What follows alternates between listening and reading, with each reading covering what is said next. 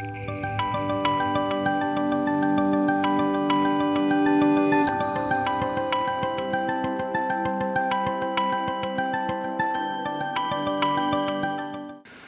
and welcome to Hanso University's Learning English vidcast series. My name is Sean McLuhan and I teach a range of English language programs here at Hanso University.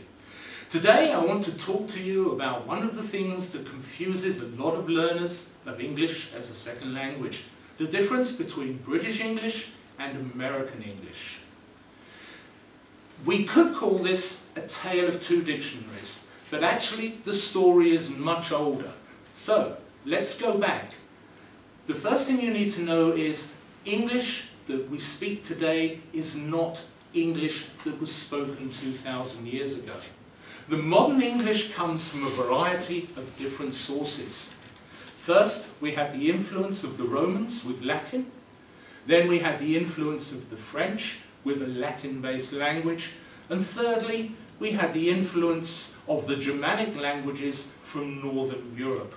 Those all go together with lots of other influences to make up modern English. The story of American English is very, very similar.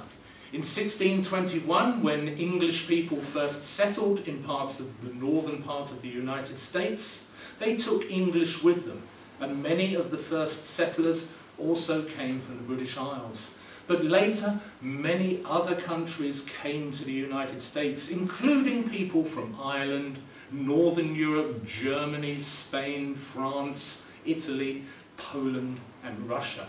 They all influenced the American language. So now we get to the two dictionaries. In 1755, Dr. Samuel Johnson published his A Dictionary of the English Language. This was the first time that the English language was codified or standardized for the whole of Britain. Everybody used the same words for the same thing and the same spelling. The same is true in America. In 1806, Noah Webster, later in 1828, published his dictionary of American English language. And that's where the main differences that we find today between British and American English come from. The two main differences that you get are one, in the spelling of the word, and two, in the use of different words for the same item. So let's first look at spelling. Over here I have three examples of major spelling differences. The first one up here is in Britain, we use the O-U-R ending. In America, you use O-R. The original Latin spelling correctly translates to an O-R ending, but the British language in UK was influenced by the French language and they used U-R. So bring together O-R and U-R and you have the modern British word ending O-U-R. In America, Noah Webster chose to use the original Latin O-R ending. The second example here is the I-S-E ending, which is used in Britain, versus the I-Z-E version that is used in America. Again, this is Webster's choice. He based this on pronunciation, how we say the word. Where the S in the word sounds like Z, Z, he changed it from an S to a Z. And finally, at the end here, you have the British R-E ending versus the American E-R ending. This usually sounds like and again, Noah Webster chose the E-R ending. Although some words where the pronunciation stress is on the final syllable of the word do stay the same. For example, genre, timbre, mediocre, maitre d', Notre Dame. Let's look at area number 2.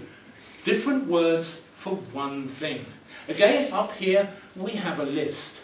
The first item on the list, in Britain, pavement. In America, sidewalk. To pave means to cover, and ment is a part of something. So you have covered an area that is supposed to be used for walking on. Pavement, sidewalk. Side, to the side of the road, somewhere where you walk to the side of the road. So pavement, sidewalk, the areas where pedestrians walk on the sides of the roads.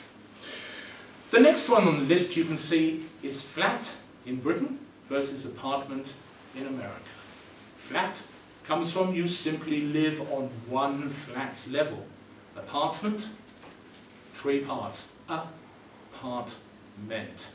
Part, a piece of, meant, the whole thing, in this case a building, a part of a building. The next one on the list, scarf and muffler.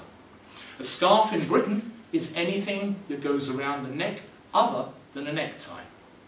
In America, a scarf is usually worn by women and is small, whereas a muffler is a long, knitted, woolen item used in winter to keep you warm. Muffler is interesting. We use it a second time as well. If you notice the next word on the list, we have exhaust and muffler. In Britain we use exhaust because the exhaust literally breathes out or exhausts the engine gases. In America they use muffler because it muffles or quietens the sound of the engine. The next word on the list is biscuit and cookie. Very common one. In Britain, all biscuits are biscuits. They're made from flour, water, perhaps some kind of flavouring, are usually fairly small, thin, and are hard baked. In America, a biscuit is completely different. It's made from flour and water, a raising agent, some kind of fat, and is usually much bigger. It's like a small cake or bun or a scone in Britain. Whereas a cookie is like a British biscuit, flat, hard-baked. The next word is lift and elevator. Lift, very simple. It's a machine meant to lift things up. When Otis invented the modern safety lift in the 19th century, he wanted something more sophisticated, and so he used the ancient Greek elevair. Elevair, to elevate, to raise. It means the same thing, just different words. And you can see there are other examples here. This one here, trousers and pants. That's an old favourite. Trousers in the UK come from trou, the French language. Pants, I don't know. Why is it an interesting one?